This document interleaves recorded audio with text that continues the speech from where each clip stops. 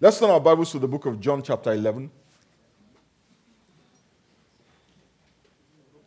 John, the 11th chapter, the first verse.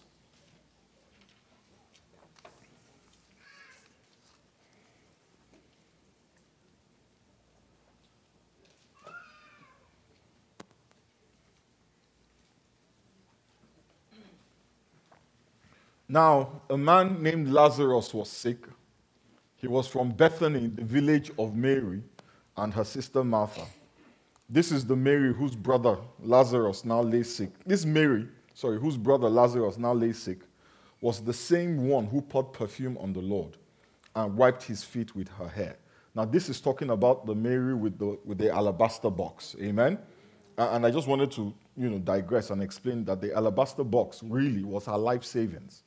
Yeah? In that box that she broke and poured the oil on his feet, the perfume on his feet, that was all the money she had. That is what she had saved for years.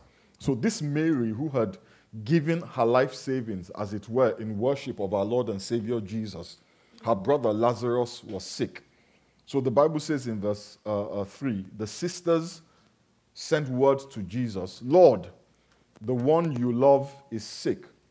And when he heard this, Jesus said, this sickness will not end in death. No, it is for God's glory, so that God's Son may be glorified through it. In verse 5, now Jesus loved Martha and her sister and Lazarus. So when he heard that Lazarus was sick, he stayed where he was 2 more days. Verse 5 says, now Jesus loved Martha and her sister and Lazarus.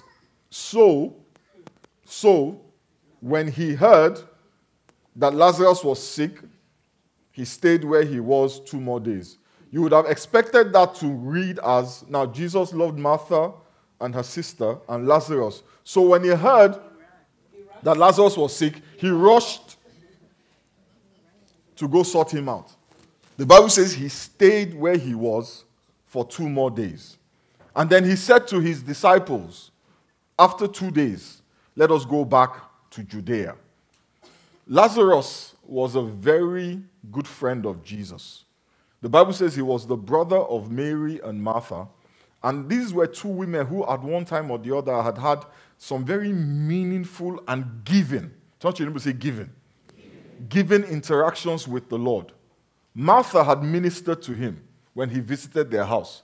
She was the one that made sure he had something to eat. She was the one that made sure there was something for him to drink. She was the one that made sure he was comfortable. She was bustling around in the kitchen, just to make sure that he had a good experience in their home. Now, Mary, on the other hand, the Bible says, was the one who sat at his feet listening to him preach. But then the Bible also tells us what Mary had done for him, that she was the one who had taken her life savings and anointed him with oil. Jesus had been a house guest in their home. He was like a family friend. But then their brother Lazarus falls sick, and his condition very quickly deteriorates. So they send a messenger to Jesus with a message saying, your friend Lazarus, the one you love, just in case there's another Lazarus in your life, says the one you love, make no doubts about it, the one that you love is sick. Now, they were confident in sending that message to Jesus because they knew that he loved Lazarus. They had no doubt of his love. They knew what their relationship with him was. They knew what they had sacrificed for him. They knew how much they had given to him. They knew of his interactions with Lazarus, and they knew that he loved them. Well, I can tell you what I know. I know for a fact that Jesus loves me. And I know for a fact that he loves you. Amen. And I know that as I say that he loves you, somebody here might be saying, well, I don't know about that. Because how can he love me knowing the horrible things I have done? Even I don't think I'm a lovable person. But I want to tell you today, in spite of what you have done, he loves you. Amen. And I know there are some people here who are thinking, well, you know what? I don't love him back. Why would he love me when I don't love him? I mean, intellectually, I know he exists, but love, I go to church because I have been told if I go to church, I will be blessed. In fact, today I'm only in church because if I don't come to church, my wife will give me trouble. So this love thing is a bit much. Even you, he loves you. Hallelujah. And then there's some who I don't even believe in this God. The Bible says in John chapter 3 verse 16, for God so loved those who loved him back. For God so loved those who were lovable. It says, for God so loved the world. The Bible says it was while we were still sinners that Jesus Christ died for us, and God commended his love towards us. God demonstrated his love for us by dying for us when we were the biggest when we were the biggest sinners on this planet. Amen? So when I say to you, I know that God loves you. It has nothing to do with what you did, what you are doing, or what you will do. It does not matter how you feel. It does not matter what you have done. It does not matter what you know. He knows you better than you know yourself. And in spite of everything that he knows about you, he still died for you. Hallelujah. Now, when Jesus got the message that Lazarus was sick, you would expect that he would leave everything he was doing. Because that is how we see love. Leave everything you're doing and rush to the side of the person who is in need. That is love, right? But he didn't. He stayed there for 2 more days. And the journey from where he was to where Lazarus was another 2 days. So by staying there, he delayed helping Lazarus for 4 days. Let me tell you, there are 2 things that I know about God. Number 1, I know that he loves me. Tell your neighbor, he loves me. Number 2, and this is where many of us have a challenge. He is sovereign. He is sovereign. Amen? You see, there's this image of God, and I can only summarize it in that expression, my wish is his command. We have this image of God where God does whatever it is we want, whatever it is we need, when we want it, how we want it. God literally, that the God that many of us believe in and worship, really, is just something out of Arabian Nights. A genie in a bottle. You rub it with a bit of offering. And he comes out and says, what are your 3 wishes? We expect him to do whatever it is we want. We treat him or we think of him, right, in the same way we think of an errand boy. Maybe more powerful, but it's the same thing. He dances to our tune. He moves when we say he moves. But that is a mistake. That is not God. God has a will. He has purpose. He has plans. And some of those plans are beyond your ability to comprehend. Amen? Amen? So when you talk about how much he loves you, you also must acknowledge that he is a sovereign God. He is not your vassal. He is not your manservant. Amen? Amen? I know that God loves me and God will bless me. But I have learned, and you must learn, that he will decide how and when. Hallelujah. He will decide how the blessing will come and when the blessing will come. What I do know is that at the end of the day, I will be blessed. Yes. It may not be in the way that I thought it would be. All right. I grew up thinking that I was going to have influence. I just always knew that I was going to have influence. In any group that I joined, I would always somehow become an influential member of the group. So I got it into my head that the way to have real influence, I was a young, and it may be hard to believe, but very foolish young man. Now that I'm an older and wiser person. But I thought, you know what? to get influence, I needed to join the army. Because in my country, the soldiers held power. So I thought, okay, Femi, you want to have influence, join the army. And when you become a lieutenant colonel, plan a coup. Amen?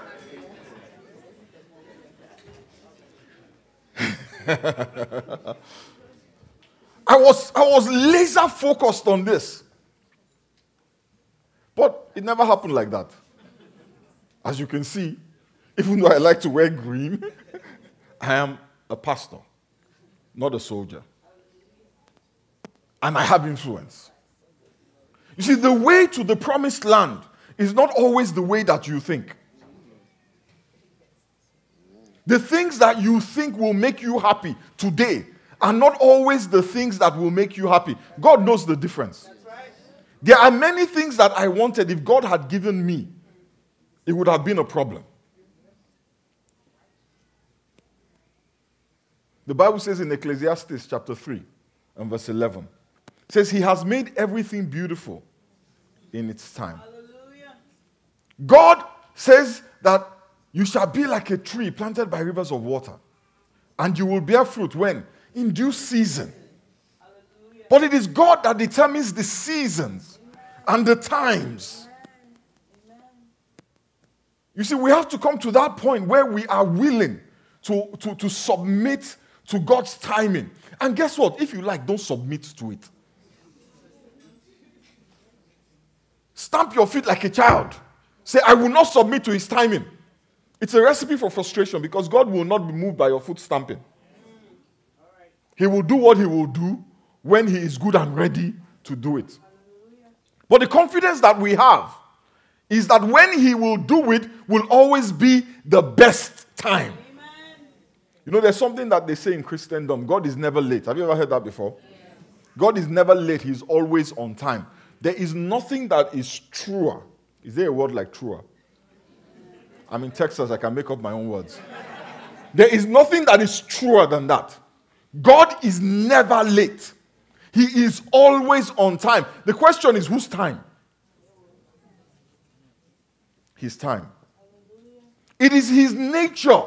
He is God. It is his nature to make all things beautiful. But he reserves the right to decide the time of it. And that is very difficult for us. You can only imagine what was going on in the head of Martha and Mary. When they sent that message to Jesus, they were expecting him to move now. This guy was sick. He was dying. But Jesus Christ did not hustle off after the messenger. All he did was speak a word. He said, this sickness is not unto death, but for the glory of God. Now, I'm sure that when the messenger heard that word, he goes to Martha and Mary and he says, Jesus Christ has said, this sickness is not unto death, but it is to the glory of God. And they are thinking, okay, it is not unto death. That means that Lazarus is not going to die. But the Bible says, we see in part. We prophesy in part. They saw one side of the story. They saw the end of the story. They didn't see the journey to the end. That's right. As soon as Jesus Christ spoke those words, the angels, they heard the words of the Lord, and they rushed off to heaven, to the pearly gates. They said to the gatekeepers, who had rolled out the red carpet for Lazarus, says, take that back, take that back. He's not dying today. It is not yet his time.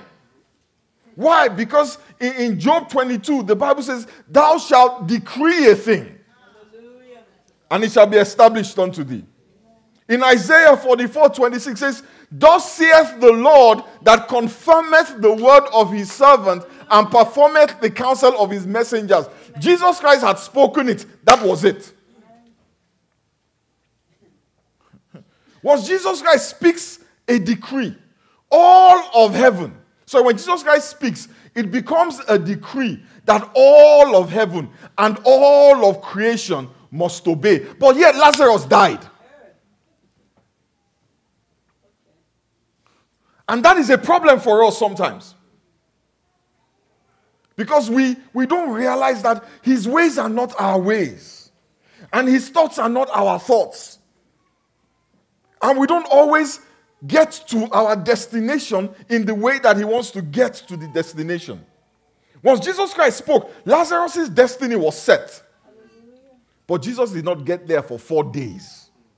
And by the time he gets there, guess what happened? Lazarus is dead. And not only is he dead, he is buried. And not only is he buried, he started to decompose. Is Jesus a liar? It would appear so. Let's be honest. Says this one is not unto death. He had died. And that sometimes is the challenge we have when we receive a word from God. We look at it from our own perspective and we do not try and see what God is saying. And can I tell you the truth? Many times, no matter how hard you try, you will not even see it. So you're left with just trusting the Lord. And that is enough. Jesus Christ finally gets there, heads to the cemetery, and on his way there, Martha comes running up to him, and she says something I think is very interesting. She says, if you were my brother, if you were here, my brother would not have died. But I know that if you ask God for anything, if you were here, my brother would not have died. But if you ask God for anything, he will do it for you. She didn't say, if we ask God for anything, he will do it for us. She knew she wasn't that righteous. She knew she wasn't that holy. She says, if you, Jesus, will ask God for anything, he will do it for you. Do you know what she did? She put Jesus between her and God. She made Jesus, in that statement, her intermediary. She made him her advocate. Says, the judge will not listen to me, but if you argue for me, he will listen to you.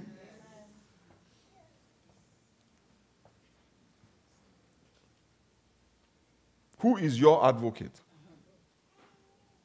You know, when she said that, I used to think, this woman doesn't have faith. Because the way that I had faith preached. You know, Jesus Christ asked her a question about her faith. Because your faith will always be questioned. Your faith will always be tested. Jesus asked, he says, do you really believe that your brother will live again? Look at her answer. I believe that you are the Christ, the Son of God. That's not what he asked her. He said, do you really believe that your brother will live again? It was a yes or no question. Instead, she says, I believe that you are Christ, the Son of God. That was a test of her faith, that question. How many people here think she failed? She didn't fail. I used to think she failed. Because they asked you a question, you dodged the question, it seemed like, and you say something else. You know, in that moment, I thought she was African. We're very good at evading questions. But the truth is, she passed the test. She was saying to Jesus, well, you know what? I don't have a lot of faith, but I have faith in you. I don't have a lot of faith, but I believe in you. You are the Christ. You are the Son of God. Now, this is the same thing that Peter said. Amen? And Jesus Christ said, flesh and blood has not revealed this to you, but my Father in heaven. And on this rock, on this revelation, I will build my church. So in that moment, what Martha was saying was the truth. I don't see how my brother is going to come out of this grave. He's been there 4 days or 3 days. He's already dead. He's already stinking. But you know what? You are the Christ. You are the Son of God. And that is all that you need to believe in him. You may not be able to see how he will do it. You don't need to. Hallelujah. Anytime we're able to see how it will be done, we tend to have a lot more faith. You know, we tend to be a bit more relaxed and less anxious. Amen? Because we can see a way. But when we can't see a way, we fall apart.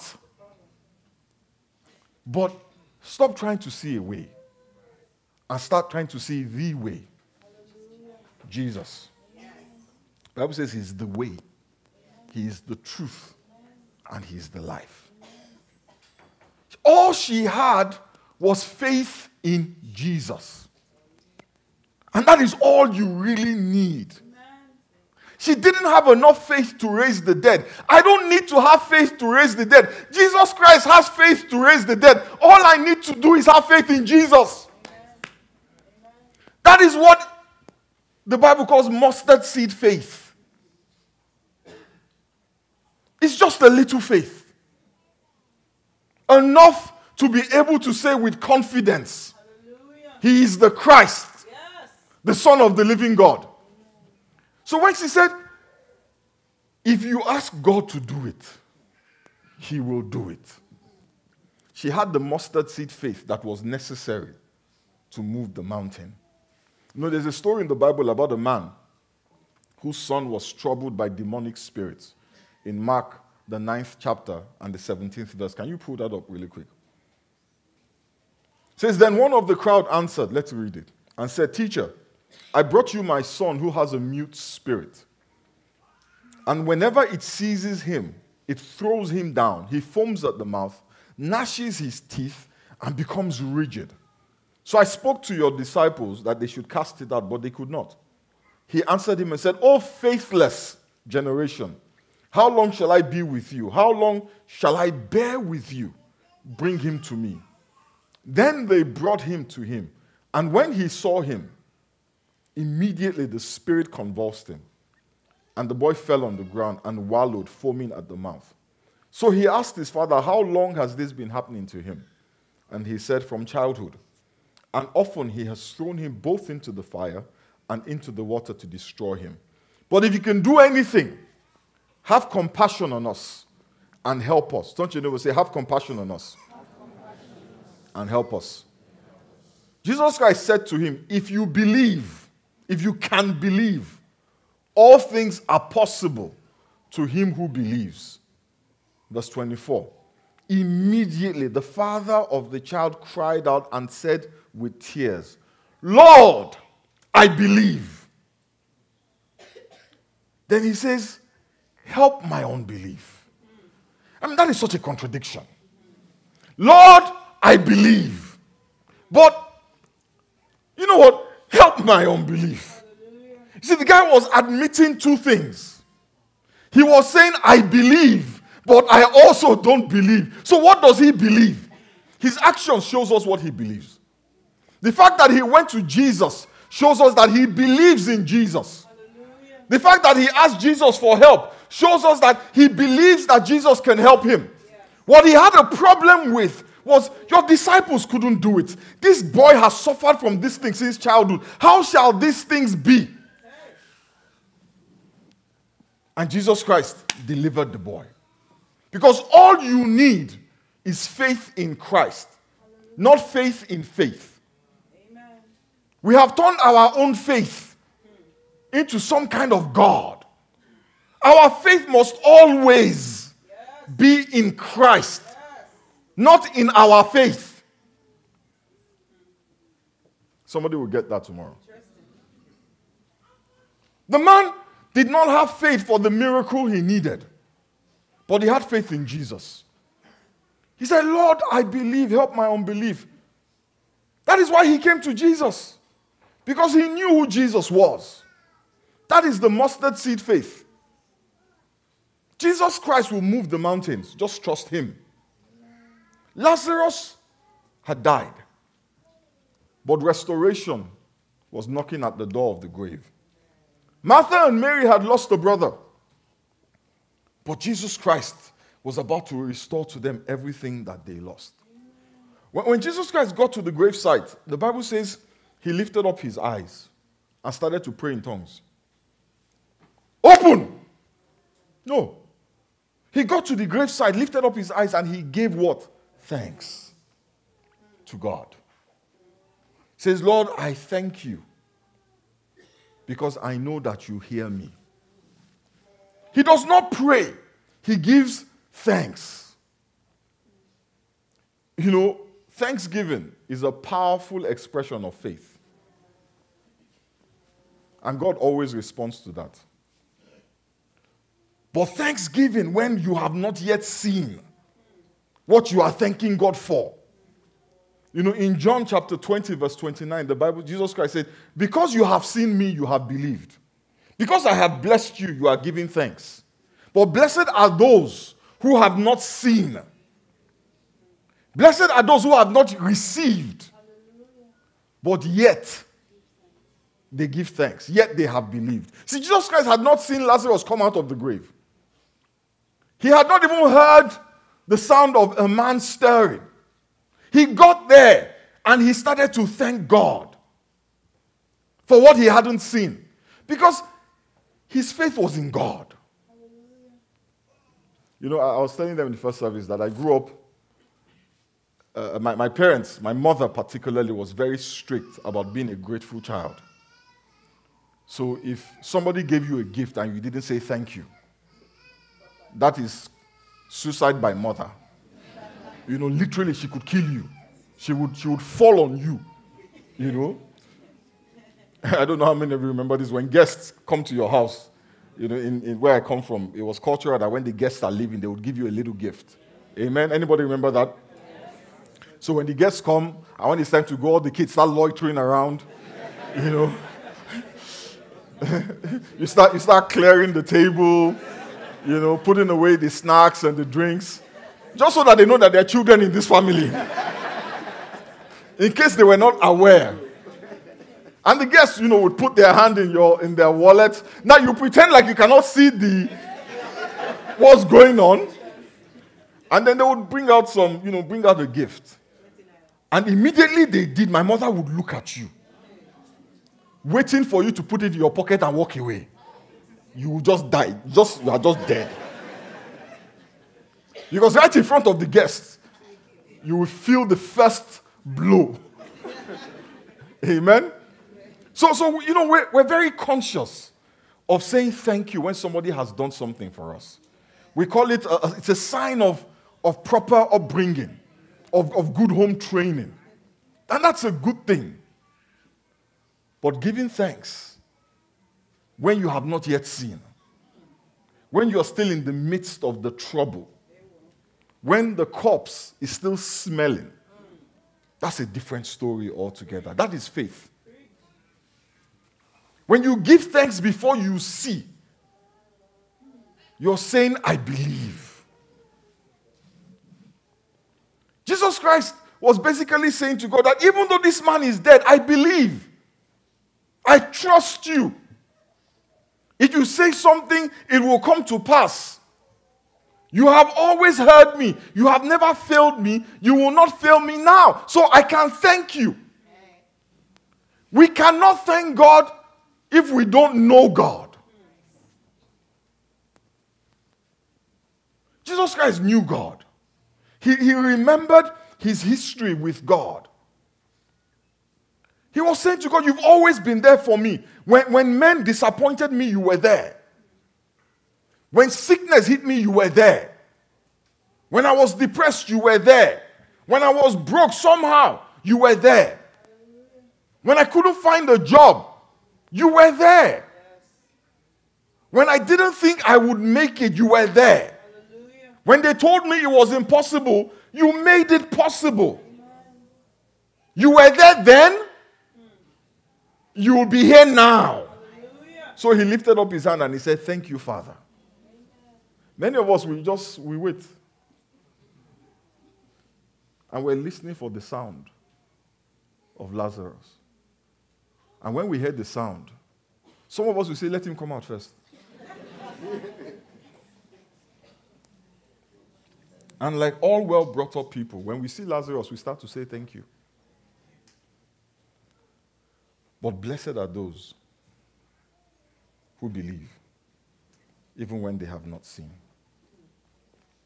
You know, his thanksgiving that day not only spoke to God, it spoke to the people who were around him. And he told them that it was God that he relied on By giving thanks publicly, he was giving glory to God. So when Lazarus walked out of that grave, the people who were bold enough to stand there, they knew that God had done something. Where is your faith? We are struggling to have faith that, oh, God, this is how God will do it, or God can do it this way, or God can do it that way. And when we don't see a path, when we don't see a viable path, we fall apart. Because even though there's difficulty, the viability of the path gives us some kind of reassurance that it is possible. But you don't need to see a path. All you need is to see Christ. Hallelujah. Do you see Christ? Amen. Do you see Christ? If you can see Christ, he sees the path. He sees the path. Next Sunday is a Thanksgiving Sunday in Jesus' house. We're only going to have one service next Sunday. It starts at what time? What time does the service? At 10:30. It's a praise and worship service. But it's going to be a Thanksgiving service. Amen? Some of us have been fasting and praying. Some of the workers have been fasting and praying. And I'm not going to wait until we see an answer to our prayers before I start to give thanks. Because I know that the God we serve is bigger and better and more than able to do exceedingly abundantly over whatever we can think or imagine. Amen? So next Sunday, we're doing a Thanksgiving service. It's just Thanksgiving. And nobody's going to preach. We're just going to come here and just thank God. Amen? So I want you to do something for me. I know my time is up, but let me just quickly say this.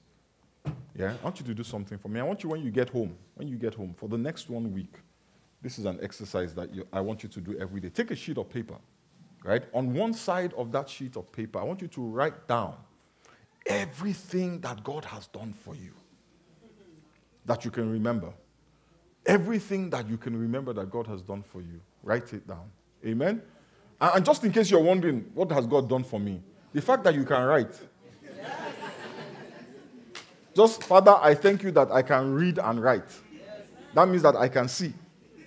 And if you can't see, but you can, read Braille, I thank God that there's something called Braille. Hallelujah. That I can read. Because there are some people in other countries, if they go blind, their only option is to become beggars.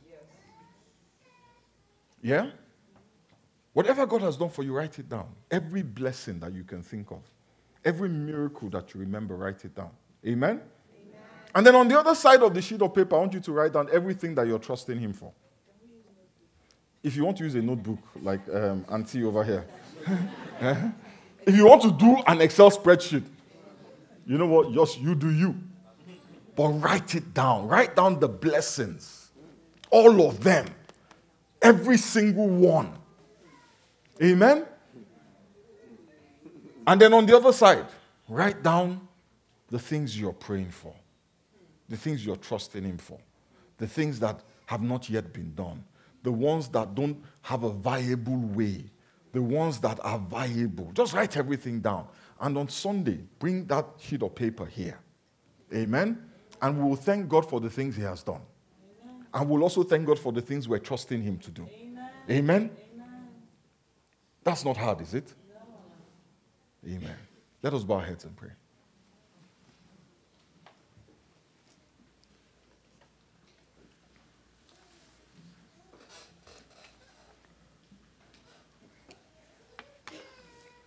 I want us to just take a moment and focus on Jesus. He's the way. He's the way. He's the answer to every problem. He's the solution.